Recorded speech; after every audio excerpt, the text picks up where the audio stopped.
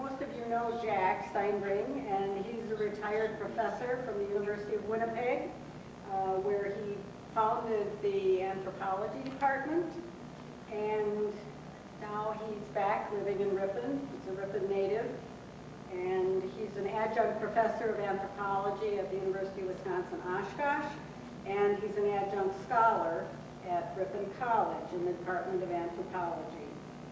And he's going to talk to us and show us slides tonight on the prehistory and early history of Ceresco, and the area includes parts of South Woods. And he also is going to include notes and slides for Mitchell's Glen, and I don't know how many of you are familiar with Mitchell's Glen. It's a wonderful place. And he will talk about some of the comments that David Mapes and Warren Chase made about the area too. So I would like to give you Jack.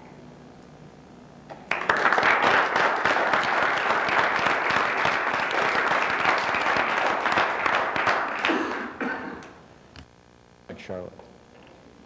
Ladies and gentlemen. I face this with some trepidation since I see these senior biologists in the group, and I have to tell you that the year I spent at Ripon College, I did not do very well in biology. In fact, I didn't do very well in anything. But I'm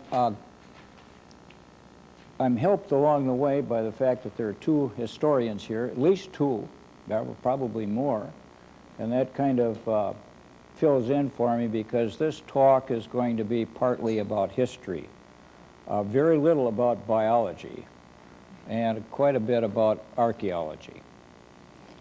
South Woods has been known to me since I was a small child. My father was a great outdoorsman, and he took me to South Woods, and later on I went there with the Boy Scouts. We didn't have a hut to stay in there. There was one there, but we never used it, in my day anyway. So we tented up around by the spring, and sometimes we would maybe take a shotgun along, and you know.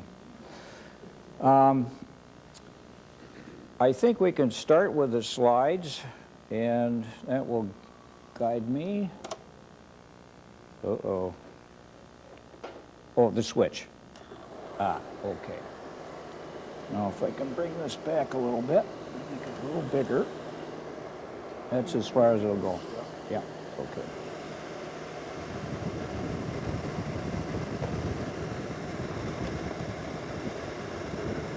Yeah, that's all. It's okay this way here.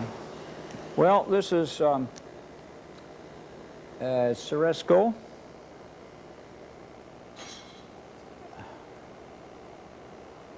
Have I got this in backwards or what? No, there it is. There's the longhouse right there.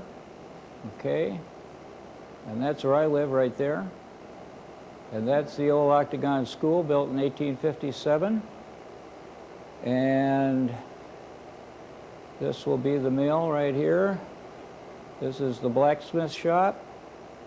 And Crystal Creek runs right back over this way, and ultimately it starts, of course, in the spring in South Woods, and it flows down this way, and they put the mill at it when they first built the mill in 1845.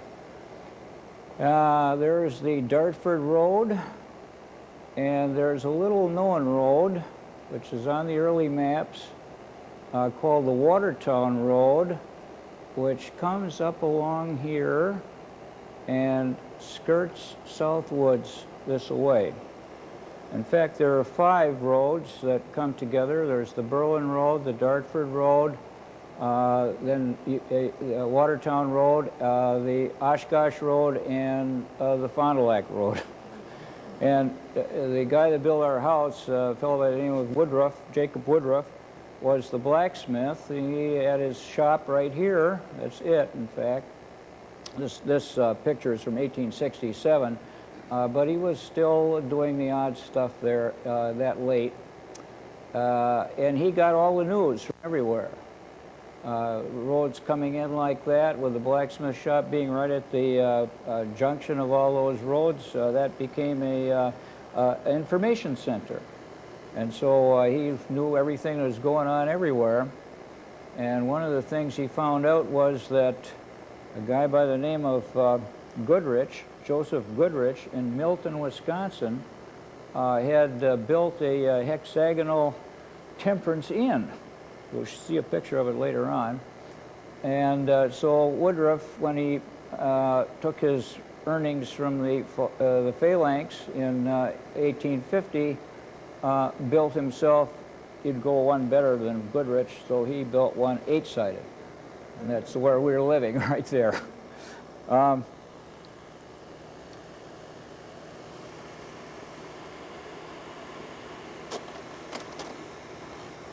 This is another map, an early map, 1890s, I think, but there is the Watertown Road, which leads over to South Woods, right there. I put some of the octagons on here because I had a theory that they were connected, and what I found out was that 3 of them were in a perfect line. There's another one over here on State Street.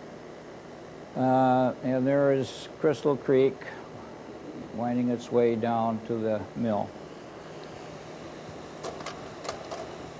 Well, this is Warren Chase. Warren Chase was an odd fellow. He was, among other things, he was an abolitionist. And I think that probably was part of the idiom of the Wisconsin phalanx that started the whole business at Ceresco. And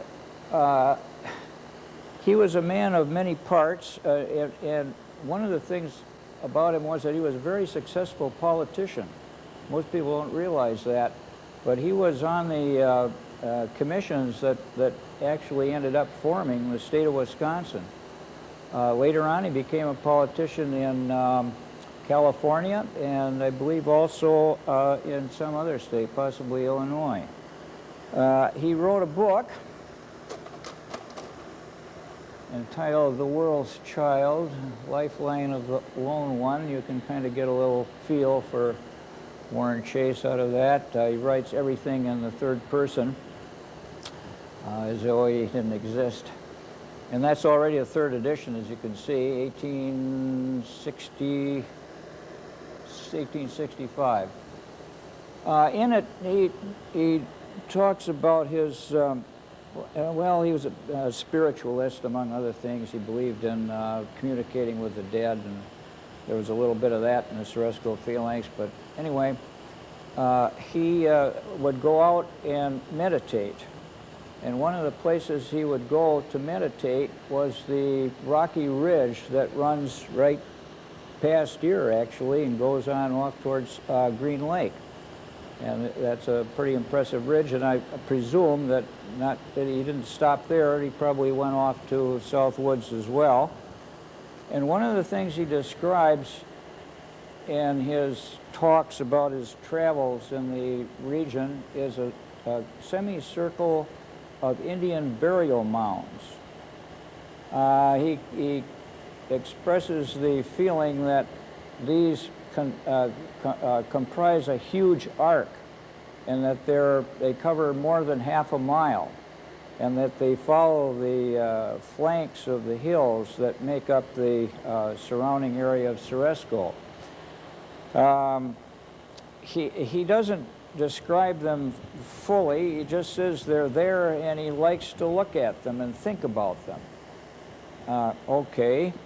Later on, David Mapes, who some people probably don't know all that well, thinking he is a superb human being and the founder of our city. He was actually anti-abolitionist.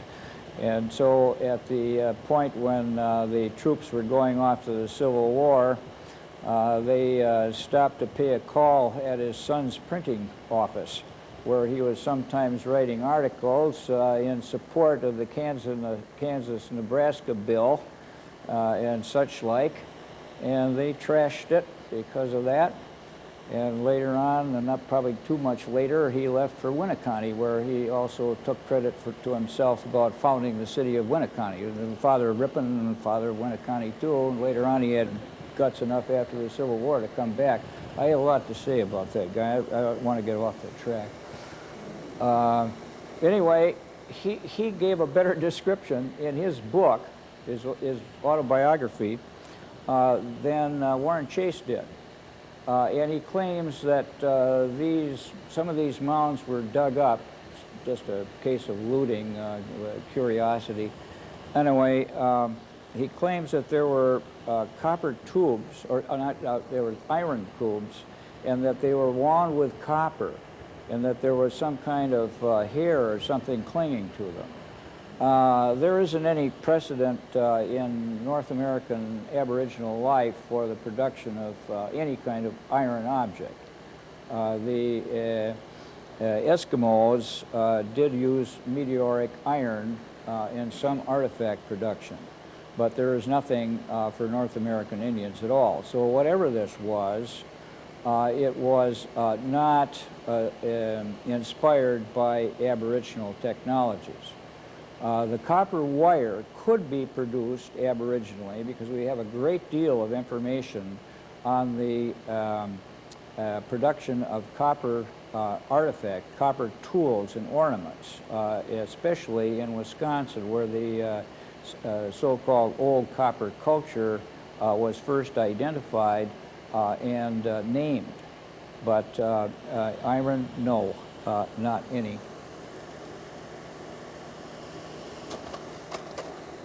Well, this is the longhouse before it was ravaged by public works. The front door, I should tell you first of all, this is the third, this is actually the third longhouse in Ceresco. This is not the first one. This one was built in, or rebuilt in 1930s.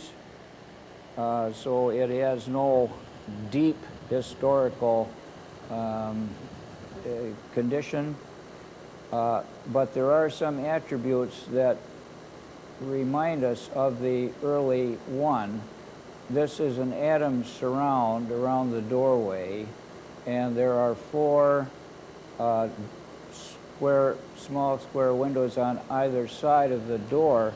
If you look at our house on Liberty Street, you'll see that it has exactly the same treatment with the framing below it also, the same thing. When the Public Works decided they were going to put curb and gutter on Warren Street, named after Warren Chase, they uprooted lots of things. Not the least of which was the biggest midden in back of this longhouse, tore to shreds. Anyway, there were some test excavations going on, and they were putting electrical service into the building. And right about where this car is parked, the earth, my wife noted that the earth was, instead of being scooped up, it was falling in. That's not right. And what it was, of course, was a large bell-shaped cistern. I don't know if that survived or not, but I'll show you a picture later on of one that was excavated at our house. But there was an enormous amount of archaeological remains that were lost here for lack of planning and lack of reference to the national regulations pertaining to this as a historic district. It is on the National Register as a historic site, which is different than a district, and which means that you cannot disturb artifact deposits in the ground. This is where the original longhouse stood. That's at the end. No, it doesn't focus any better. It's a bad day. This house was built exactly on the area where the original longhouse was once stood. That was the one that was built in 1845-46. The house that was here before this bungalow was put up was owned by Edward Daniels. Edward Daniels became the colonel commanding the 1st Wisconsin Cavalry that was formed on Ripon College Hill. Daniels was a vicious abolitionist, and it had a lot to do with the inciting of the Booth War. At any rate, that Daniels' house was destroyed by the Ripon Fire Department for practice. Edward Daniels was a celebrated figure, and of course his house was not in wonderful shape when the fire department got at it, but there were a few of the fire department members that did tell me that they were a little anxious about that and were not overjoyed to do that. Anyway, the basement of the original house was just filled in with the debris after they had burned it down and wrecked it. This house was built on top of it. Now we're in South Woods, going all the way up Crystal Creek, and this is one of the little canyons or declivities in the rock formation. I always look at these and try to find flat vertical panels because I'm interested in prehistoric rock art. In fact, over the past I don't know. I guess we started getting interested in this in the 1970s, and I've been a lot of places and looked at a lot of prehistoric rock art, and so I did check all these panels in here, and I did not find any rock art. Not greatly surprising because, in fact, these are very friable formations, and they weather extensively, and it's possible that that anything that might have been engraved onto the rock formations is now gone. But there are some vestiges of Aboriginal life. This is a large, I'd class it as an oval-shaped mound. It's a fairly good-sized one, not too far from that little canyon that we just looked at. There are two. This one is fairly close to the trail, and here is another one these are both pretty good size. They're not, of course they've been weathered greatly and probably were maybe a foot or 2 or 3 higher than they are now, but they are typical of Aboriginal mounds that we see quite widely in Wisconsin. Wisconsin had some 20,000 Aboriginal effigy mounds when they were first counted. Not all of these are effigies. Many are conicals and oval-shaped ones like these, but Wisconsin is loaded with Aboriginal mounds. You go off towards Spalding Bridge off of the back road. I think that's called Dartford Road. And as you come down the hill, you'll see a set of buildings on the right. It's the only set of buildings on the right taking the Spalding Bridge Road. And right behind it is a huge mound, much like those in South Woods, except this one apparently had been better protected or something. Anyway, maybe it was lots bigger, but it still stands there. This mound was investigated by Town Miller and George Pascoe. They were an archaeological pair. George Pascoe was a mailman in Ripon, and Town Miller became the chairman of the anthropology division at the university, or at the Milwaukee Public Museum. And together they went out and excavated many mounds with somewhat less than the technologies that can now be applied to it. But they did take a lot of notes. They recorded the work they did. I think they went across the road, and there were a whole bunch more. And of course, you're not very far from Mitchell's Glen. You just go up the Spalding Bridge Road and then onto Skunk Hollow Road and turn on to the road into Mitchell's Glen. Well, in the early days, I don't know how early this is, 1850s, I think, something like that, people did sometimes bother to give you a profile or cross-section of the mound construction as they saw it. This has a number of different layers of earth, which does occur in times. These are ritual earths, and they're carried in baskets by hand from significant locations, maybe where somebody died or some great event happened, and then they are piled onto these mounds. But I'm calling your attention to something else, which is more common, and that is that you plane the surface first. All the earth is pulled away until that you're down below the root line, and then you excavate a chamber into the ground. Then sometimes you can place burials in this in what we call primary condition. The primary condition is just the bones, the whole body is intact, and you lay it out in the burial chamber, and then fill that with earth and build the mound over it. Most of the time, the looters in the early days simply took shovels and dug into the top of the mound. And of course, they got zip. There's nothing in the top of the mound. You have to get down below the original ground surface before you get into anything in connection with the rituals of the mound construction. I'll show you the outline of one a little later that held secondary burials, which means that the remains are put on a scaffold, and then they decompose, and you collect the bones and put them in a bag or a basket, and then rebury them at some future time. Those are disarticulated, and they can also be cremated. So sometimes they get very complicated and have many combinations in them. I suspect that those two mounds in Southwoods are probably simple conicals with a burial chamber below them. I do believe that they are burial mounds. They're not symbolic mounds.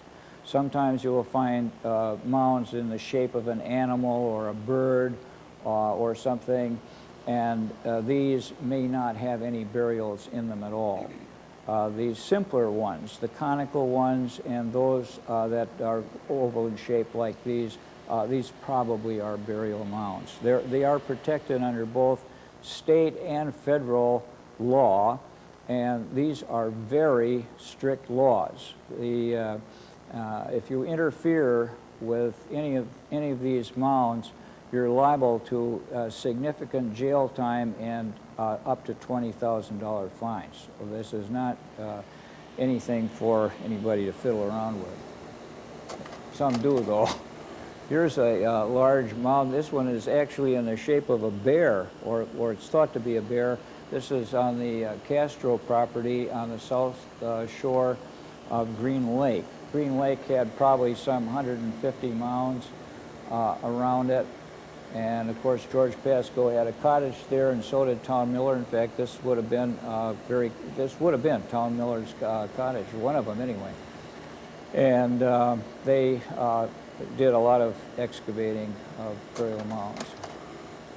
This is a guy who decided that he needed to put his garage where a mound was, and so he just simply cut into the mound enough to secure the space for his pad, and not worried about any laws or anything. Well, the State Historical Society took up his case, and it was an involved thing, and unfortunately, I think in the end, the guy got off completely. I probably had a pretty good lawyer.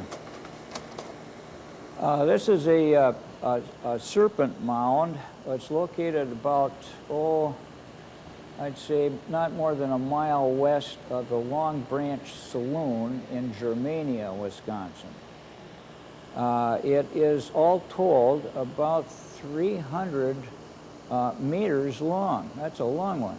It goes way up here to a road. It comes like this, and turns, and it comes this way. And then we go the other way, and it comes along like this, and goes like this, and goes in like this, and then goes way over here. So it's quite a nicely arranged serpentine feature. It has these 100-plus-year-old oak trees growing out of it, and was unknown until about, I don't know, maybe 5 years ago, something like that. Maybe a little longer, actually. Whatever, it is the only serpent mound in the state of Wisconsin. There are no others. That would probably not have any burials in it. Borrow pits are right next to it. Well, now we've come all the way to Mitchell's Glen. And I guess this is the spring down in here. Quite a deep cut up here, and from time to time water runs off and goes down in here and feeds it. But I don't think I've ever seen any of the trips I've made out there. I don't think I've ever seen it without being full of water. The thing I look for out here, and also any place where it might be exposed in South Woods, so far no luck. But I look at these facets like this. These become panels, and ancient populations often carved on these panels. One of the great problems is, of course, vandalism. These have been greatly vandalized. Mitchell's Glen has thousands of initials carved into its rocky walls, and it's now I'm not sure if this is the one I really want, but it shows you the extent of the weathering of the formation. It shows also the lichen that's growing up over any possible carvings in many places. There are some markings right here. They could be initials. It's hard to tell when you've got superposition of many sets of initials over any aboriginal carvings, so it's very difficult to say. I believe this is not, oh yeah, there we are, okay. That's a cupule. It's just simply another word for a cup or a cup mark. If any of you have been to Yorkshire in England, you know that there are many sites that called cup and ring sites. And these are just elaborations of the cup. The cup comes first, and then it may be elaborated by a concentric ring around it, or more than one around it. Sometimes they have as many as 10. Southwestern Scotland it also has a lot of this. But anyway, this looks to be the remains of a cupule, not like sometimes. That one is probably not. That's probably just a natural weathering in the rock formation. But I'm quite sure this is not, and I'll show you some in a minute that will show you what they look like elsewhere. Okay, there's some more. This is, there's a lot of initials in there. This is just to the north of the spring, and this is a good place to look for them, even though there's a lot of initials in there. The rock carvings in Wisconsin and some other areas are characterized by vertical grooving. So you have both the pits and grooving. The earliest rock art style in North America is called the pit and groove style. And it consists of these simple cupules and then grooves that are cut into the formation. One of the clues about these grooves, there might be a couple in there, they're vertical, and in the ritual sites where these things occur, no two overlap.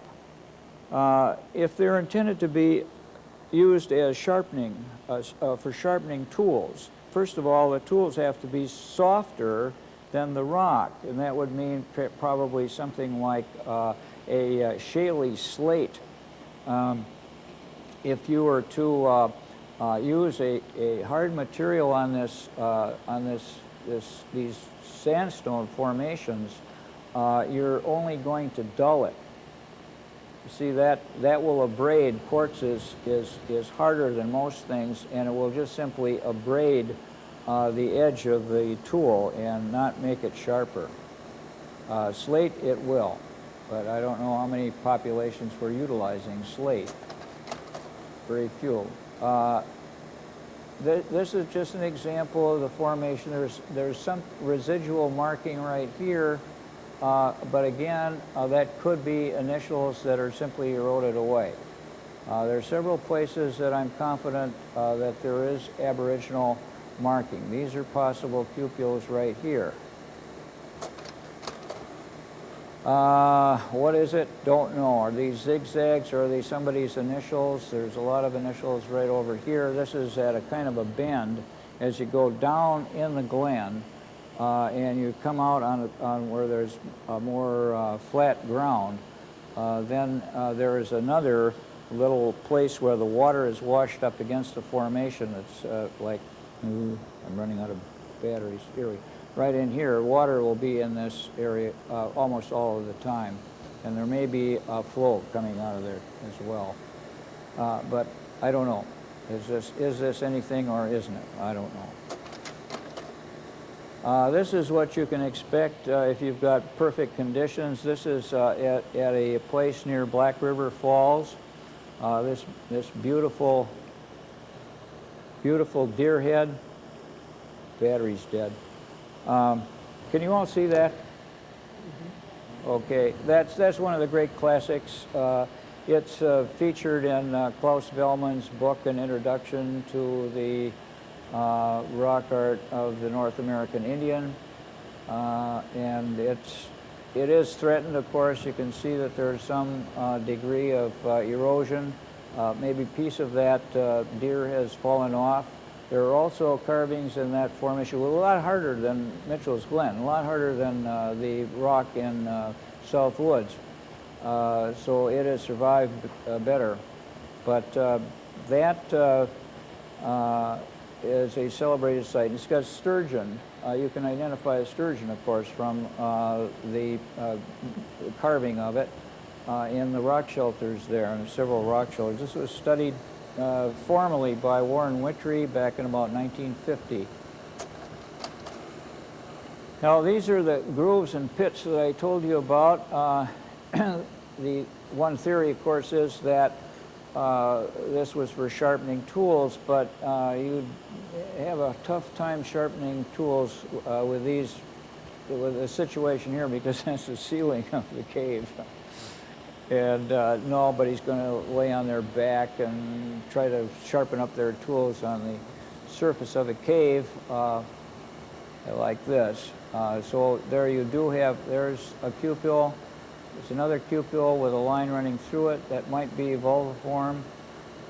Here are the deep grooves, but that's typical of the rock art where it survives in southern and western Wisconsin. This site is located near West Salem, Wisconsin.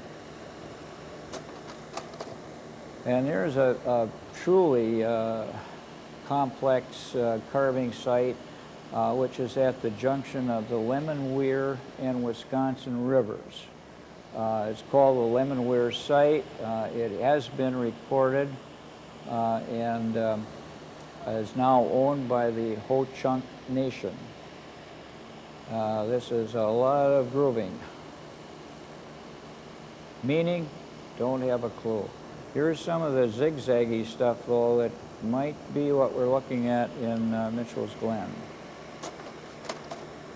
Here's another grooving site, no two of which overlap. And this is in South Dakota, about 100 miles south of, what's the big town?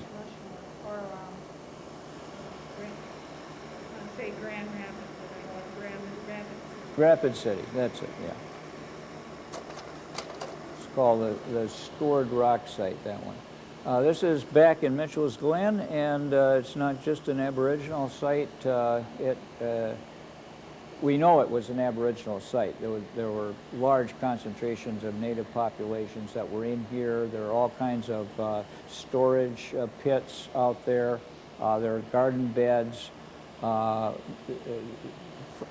Mitchell, the owner of it himself, was one of the most celebrated, I might say, avaricious collectors.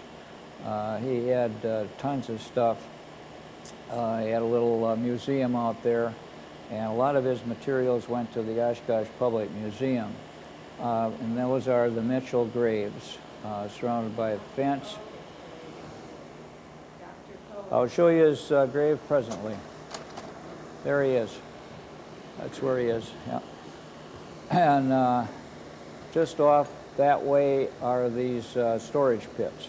You can see them quite well. I should say, too, that the family that owns that area now, I think it's going into the Nature Conservancy. I'm not perfectly sure of that, but that's what I've been told. The family is extremely protective of that, and they require permission and timing and all that. It's not quite as bad as a quarry site that we traveled to look at prehistoric rock art near the metropolis of Hubbleton, Wisconsin, which is west of Watertown. Yeah, right. There you have to go only on Saturdays or Sundays, and sometimes only Sundays, because the rock art site is in the middle of a quarry. And they have to keep very close tabs of who goes in, and how long they're there, and where they go, and when they come out. So you're timed exactly, because I guess they're worried about somebody walking off with all their dynamite. This is a petriform. It's at the west end of Mitchell's Glen, and it is a very regular line of boulders. These have not been greatly investigated in Wisconsin. There are quite a lot of these sites. They survive in areas usually that are oak savanna remnants, oak openings, as the early pioneers called them. This all is descends from something we call the altithermal.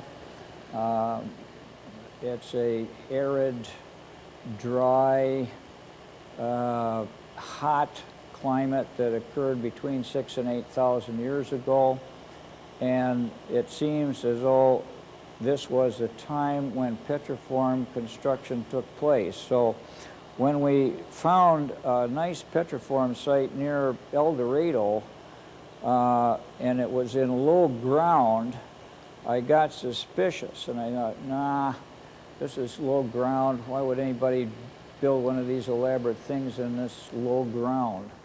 And then, of course, it came, we came to understand that it may not date from a time when it was wet and low.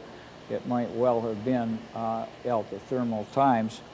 And we backed that up with the artifact inventory that the farmer had collected, and it definitely was altithermal times. Anyway, here it is. This is one of the classic petriforms. This is an elliptical feature, about 30 feet long and about 12 feet wide, 15 feet wide. I can't remember the number count on this, but the orientation from end to end is 303 degrees magnetic, which is the mid-summer sunset. We do think that a lot of these are astronomically influenced. This is what one of them looks like from above.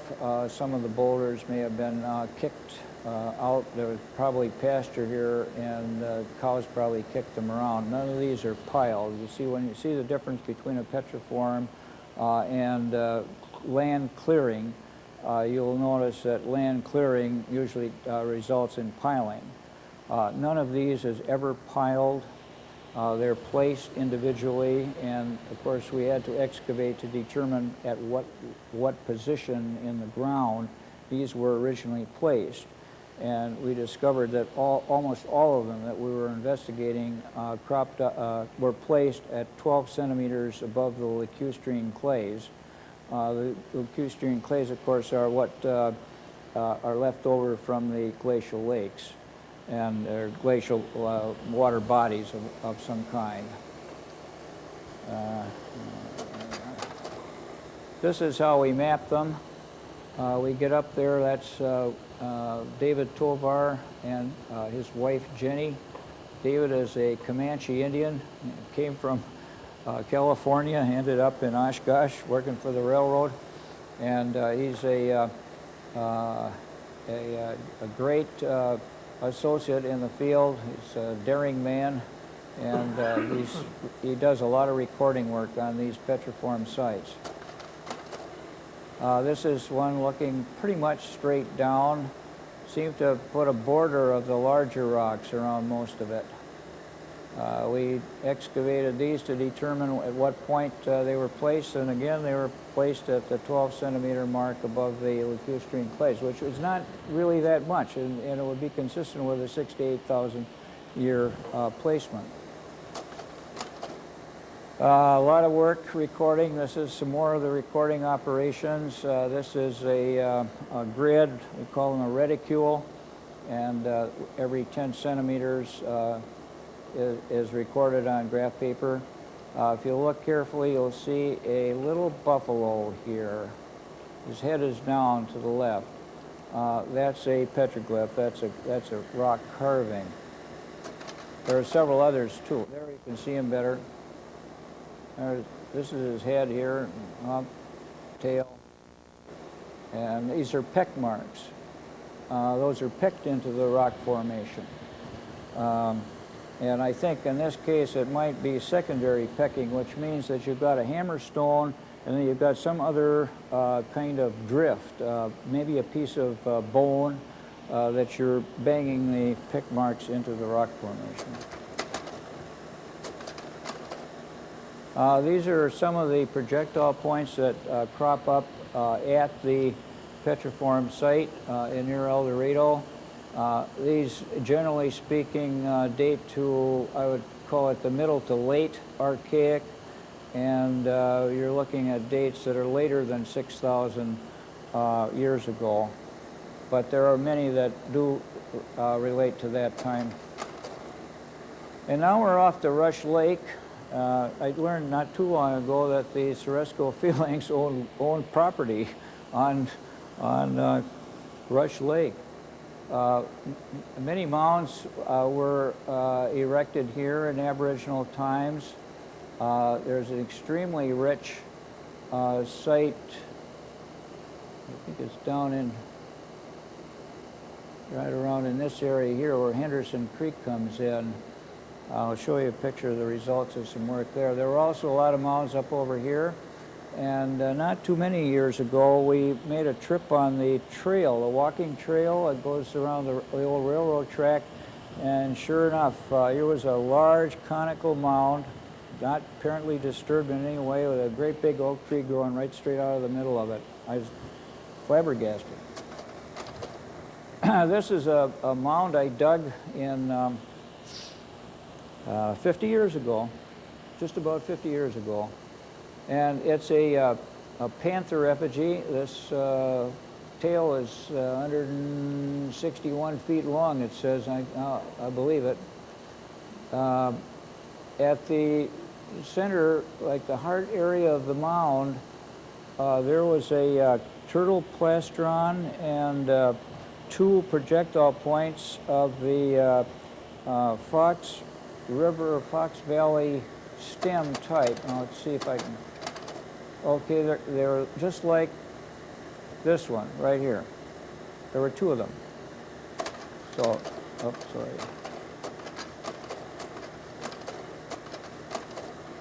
Another feature at Rush Lake that attracted our attention Frank Farber did a lot of this work with me. This is a segmented circular fire pit. No one has yet figured out what it was all about, but there was a post mold in the middle of it, and we did encounter a post mold near one of these petriforms as well. Probably a pole of some kind that was stuck into the ground and had feathers on it or something.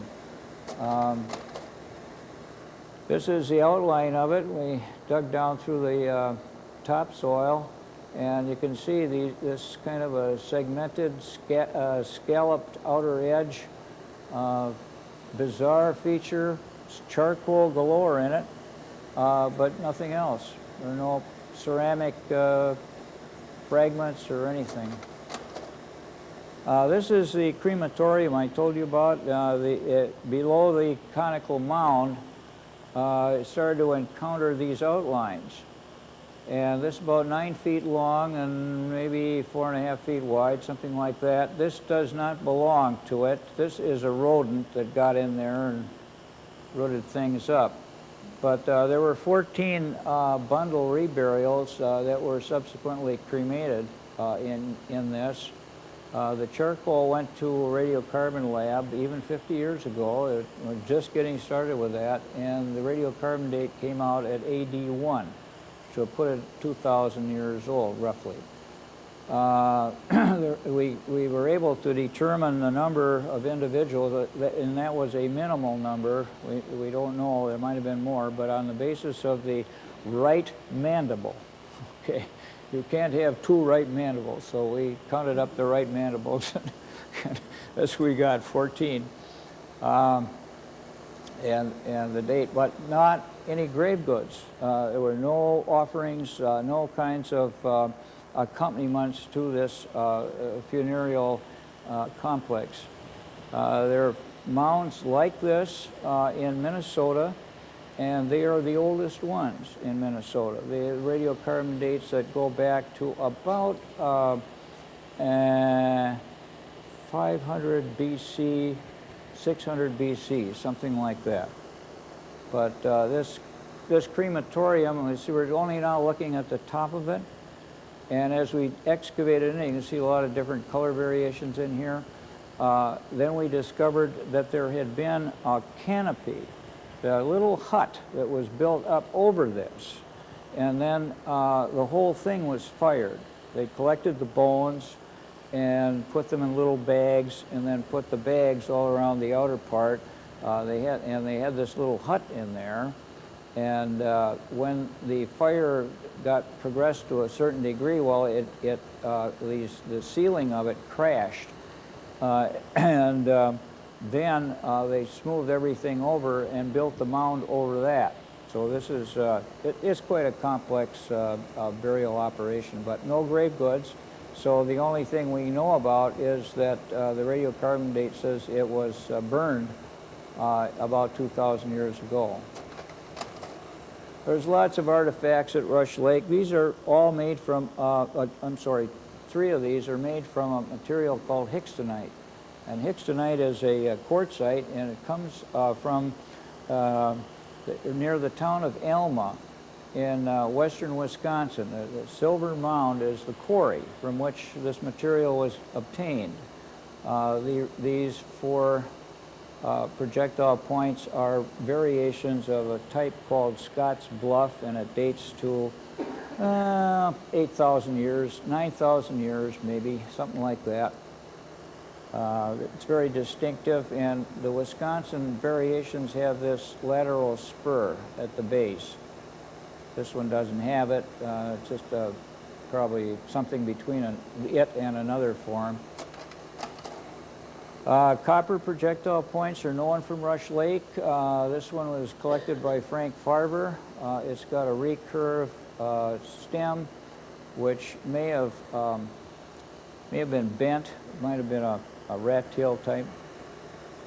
Radiocarbon dates for copper objects, which of course you know protect organics, so that the cupric oxides protect the organics, and so you can get radiocarbon dates off the organic particles. That's with accelerator mass spectrometry, which is a special, very refined radiocarbon date. And we now know that some of the copper tools were made as early as 8,000 years ago in Wisconsin, which makes the copper technology in Wisconsin at least 1,000 years older than in the old world. So they were the first to make copper tools in the world, right here in Wisconsin. Slate tools like this have their connections to northeastern North America. This one was found 2 different times. Frank Farber found both pieces about 5 years apart and put them back together again. This is a ritual object. It's part of a gorget. It's something that is perforated in the middle. You probably go out like this and something like that. It might have 2 holes, or it might have only 1. It's hard to say. Many variations of these, but they do date to the archaic cultures, and that's at least 5,000 years old. The oldest artifact anywhere near Ripon, there it is. That's a Clovis fluted projectile point, which was found near Rush Lake, maybe in the 1970s or 80s, I can't now recall.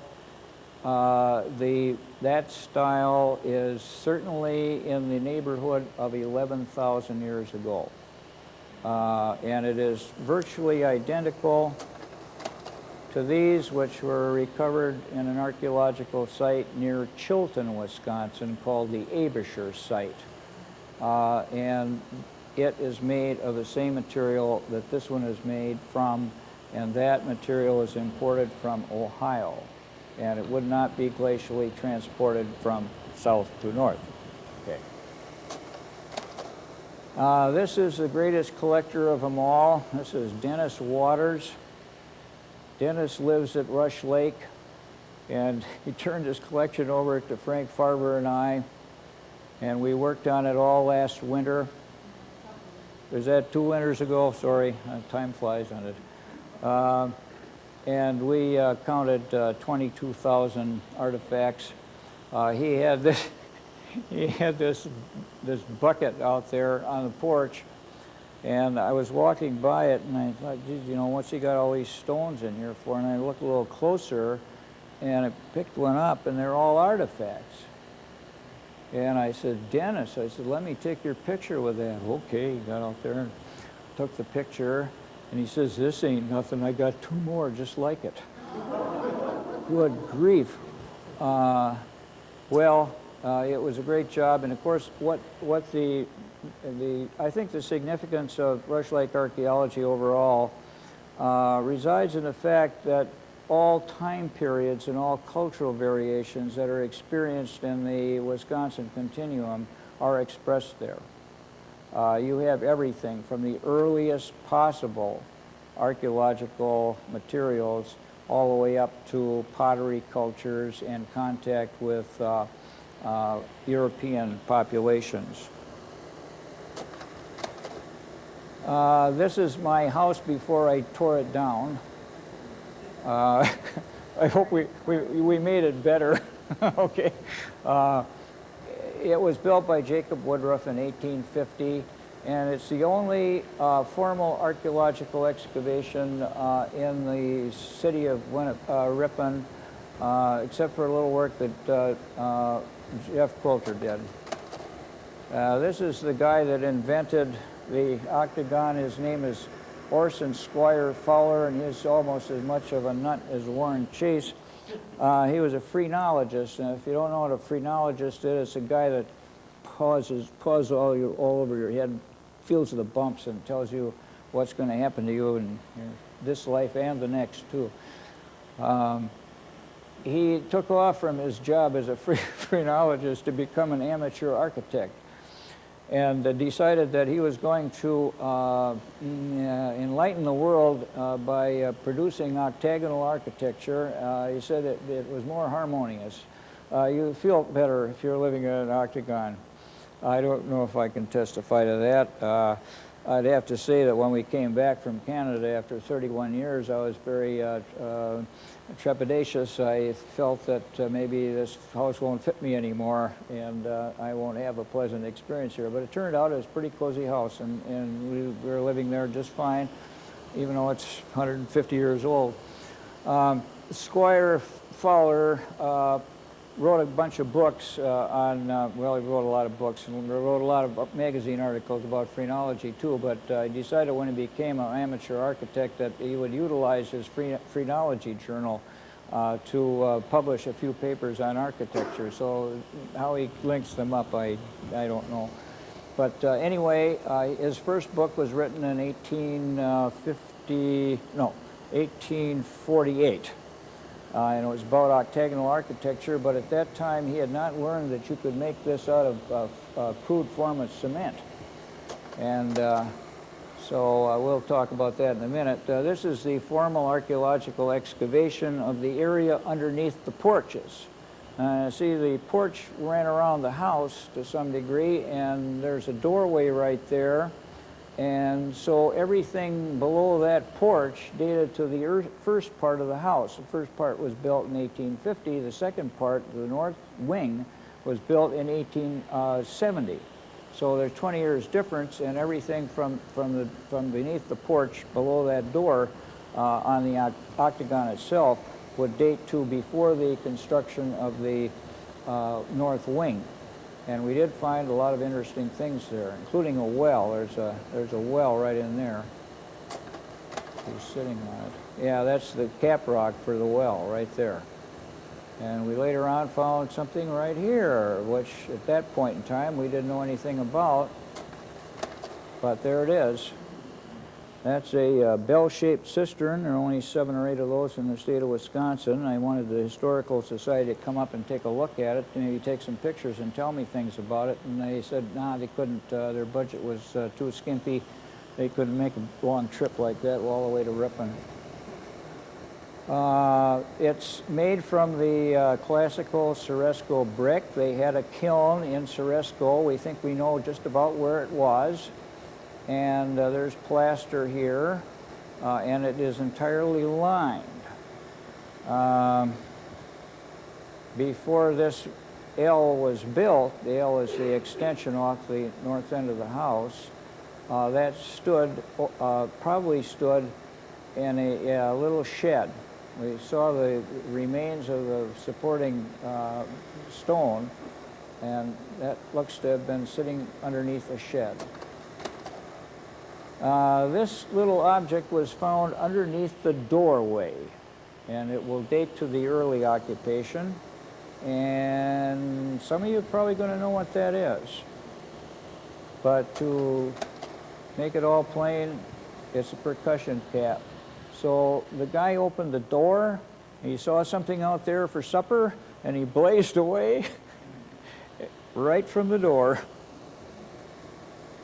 Well, I've done that too. Jacob Woodruff was a blacksmith, and these are some of his art. Horseshoe and a wedge and a lifter for your stove, and one big spike.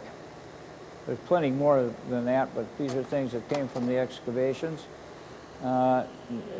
Jacob Woodruff had some pretty fancy ceramics. This is a Copeland ceramic sherd, probably made for what they call the Grand Tour. So in the middle of the 19th century, a lot of people took a tour to the continent and came back with a dish to remind them of the trip.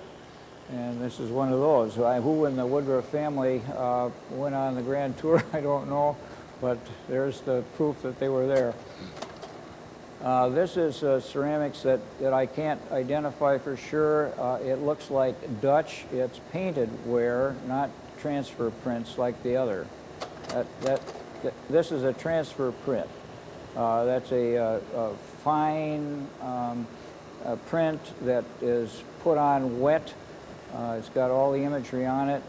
It's, I don't know what you could compare it with, but this is hand painted. It's polychrome, That guy looks like he's got an 18th century hat on, but what more there is to it, I don't know. There is an Aboriginal artifact in this picture. I defy you to find it. Sort of Aboriginal. It's not the S-curves there. It's this one right here, and that is a thimble, and you see it's got a little perforation in the end of it. That's a tinkling cone. The Indians got these thimbles not to use as thimbles, but to make little bells on their ceremonial costumes. And so when you were shuffling along, these made a beautiful musical sound. And that's commonplace. I knew that from Canada because there's all kinds of that stuff there, but I didn't think I'd run across it in a site here. This is a sliver of willow, and it's what's left over from Jacob Woodruff's second occupation, burying. He was a berryman. He got, for his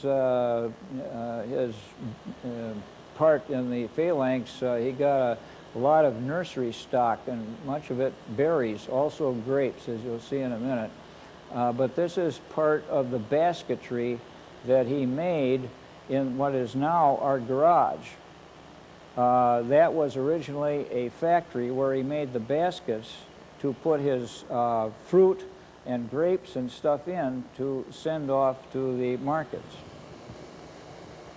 And we aren't using two-tined forks anymore, so there's one that's left over from the two-tine era. Bone handle, little copper or brass pins to hold the handle together. This is one of the most amazing finds in that excavation. These are latchets. They're made of leather. They're slit like this, and then the piece goes back through the slit, and they're put through the door in a hole. And when you go in at night and you don't want anybody else coming in, we just pull the whole latch in through the door, and there's no latch on the outside, so nobody can get in. Now these girls are excavating the privy. And there is the privy, one of probably 6 or 8. You know, in 100 years' time, you'll have a lot of these.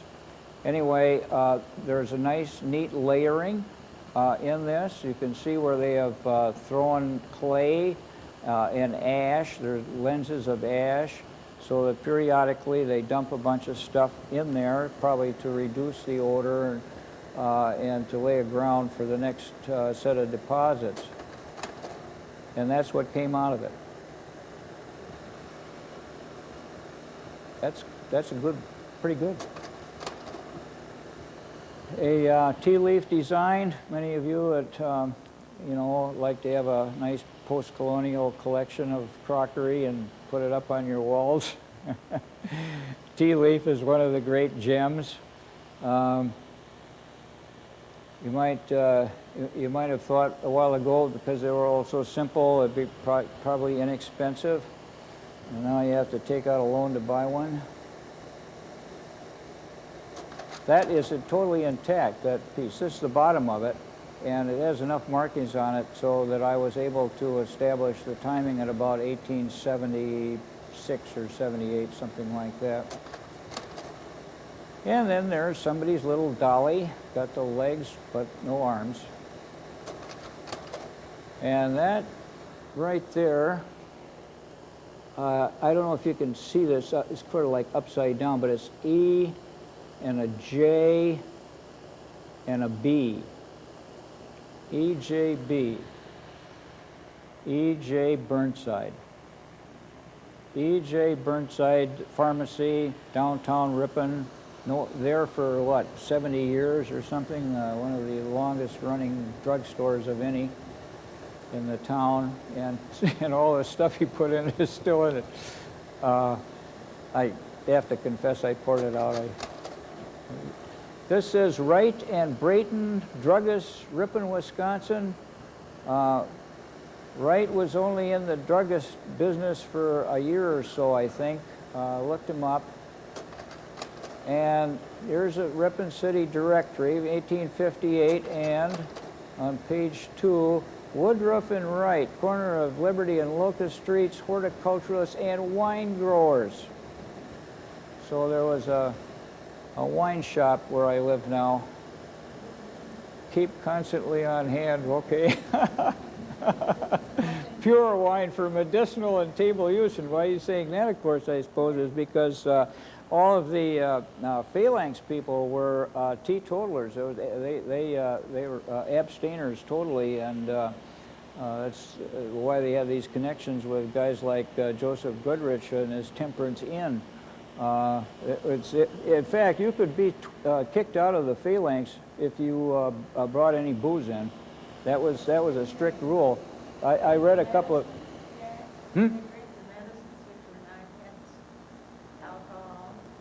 Oh, I don't know. Well, I did read I have the complete minutes of the phalanx from before they came to Ripon, before they found in Ceresco. And there are items in the meetings where they were recommending that somebody would be expelled because they used alcohol. Well, that's the Octagon schoolhouse that was on the corner of Cedar and Park. It was built in 1857, and Edward Daniels, the instigator of the Booth War from our perspective here, was a teacher in that school. And I think that's where he hatched the plot, actually. This is Warren Chase's Octagon house, which they call the Inkwell House. It was located on State Street, and the words on it are that he did harbor slaves there. Many of the houses that were stations in the Underground Railroad, and they were all ardent abolitionists, remember that, had these cupolas or a belvedere on square houses to put a lamp in the window as a signal for escaped slaves. Warren Chase was also a spiritualist, and he carried on seances there, and I guess it was kind of a scary place. There's Joseph Goodrich's hexagonal Temperance Inn at Milton, Wisconsin. Now it's a park. You can go through it, and it's extremely interesting. He built that in 1845. So when Woodruff learned about polyhedral architecture, he probably learned it from Joseph Goodrich, who was a member of the phalanx for about 6 months. He had joined it at Southport, which is now Kenosha. And this was a station in the Underground Railroad. And there is the tunnel through which the slaves went from the inn over to an outbuilding, or back the other way. I don't know which way they went. But I've come to the conclusion that the presence of octagonal architecture on a route from northern Illinois would bring you into this area. And we know that M.E. Morse, a member of the Wisconsin Phalanx, was in fact the conductor for the Underground Railroad. I suspect that there was more to it in Ripon and Ceresco than we now know about. And I guess that's the last of the pictures. So if you've got any questions, I'll do my best to answer them. That's in Milton, Wisconsin. It's north of Janesville. And Janesville, I can't remember the name of the house. Lincoln Talman House also has a tunnel to an outbuilding, and was a station in the Underground Railroad. So you've got, there's several places along the border between Wisconsin and Genoa City. There's an octagonal building there that was figured in the Underground Railroad. And then at the town of Sharon, there's still another. And then you go north to, or west to Janesville, Milton, Horicon, Watertown, Brandon, Rosendale, and then here in Ceresco and in Ripon. So it strikes me that there's possibly a connection between octagonal architecture and the Underground Railroad. You go farther west, and then you go to West Salem, and there are 2 octagons there. You go across to Red Wing, and there's a nice one there, and you go north to Hudson, and Hudson there's another one. And all these are at the right... There's one at Superior too. Yeah, that was later. The one in Superior was very late, after the Civil War. But there seems to be a pattern of the distribution of octagonal dwellings dating between 1840 and 1860.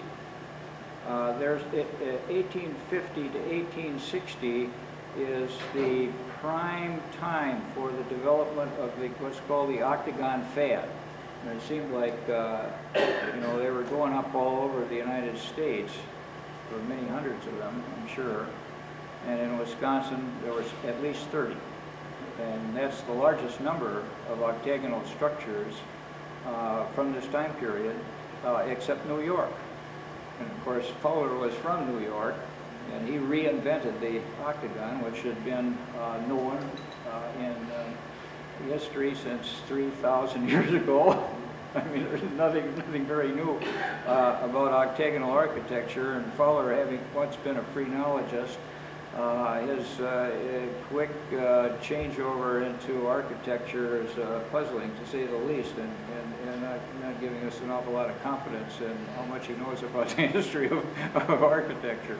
3,000 years ago was easy. That house in Milton, I read something about that about a year ago. I think it was in the Sunday edition of the Walking Journal. Yeah, it's been written up many times. It was in the National Geographic issue on the Underground Railroad. There's pictures of it, same picture practically that I've shown. Yeah. Yeah. I had a couple of questions about the mounds. How do you know a mound from a bump in the ground? Yeah, okay. The first thing you need to do is go look at about 500 of them, and then you will start to see that the contour is interrupted. Like you have a natural contour, and then this it interrupts that natural curvature. And since we know that there are mounds all over the place here, then it's a no-brainer. But there are 2 mounds out there. The one I think I've only seen once. The other one I've seen several times. The bigger one. Mm-hmm. And you said that the laws about mounds are very strict. Very strict. Do scholars get permission to occasionally dig them up, or is very little permission to do that anymore? No. If it's not been excavated before, it never will be. Yeah, the Aboriginal community is in that, doing a lot and exercising a lot of influence. And that's fine with me. I've dug a few myself, but that's before the laws were. Do you feel like we've learned what we're going to learn at this point? Yeah, I think so. And of course, there have been all kinds of excavations going back to the early 1800s. The first person to excavate an Aboriginal burial mound was Thomas Jefferson in the late 18th century. And he actually drew profiles of the soil, profiles of the increments of soil that were placed ritually on it, drew the pictures of the burials inside it. A scholarly man. And he didn't want to do just a pure job of looting. And that's what you do see a lot. In Green Lake, the mounds that lie south of the road that goes along the south shore. There's a complex there with about, well, I would say a dozen or so mounds. And you can see how the centers of these mounds have been excavated just as an act of looting.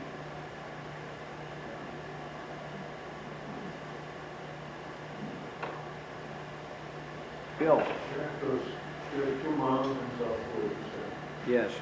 They're kind of shallow. They're certainly, Are they up on that new trail? that we put up? one of them is close to the new trail. Yeah. Yeah, the other one is Trail farther in almost this, went over. Hmm? I thought that the trail almost went over. I think Very close. you put it around it. Yeah, It was what yeah, yeah, yeah. I think that's the one, the larger of the two. It's up on the ridge.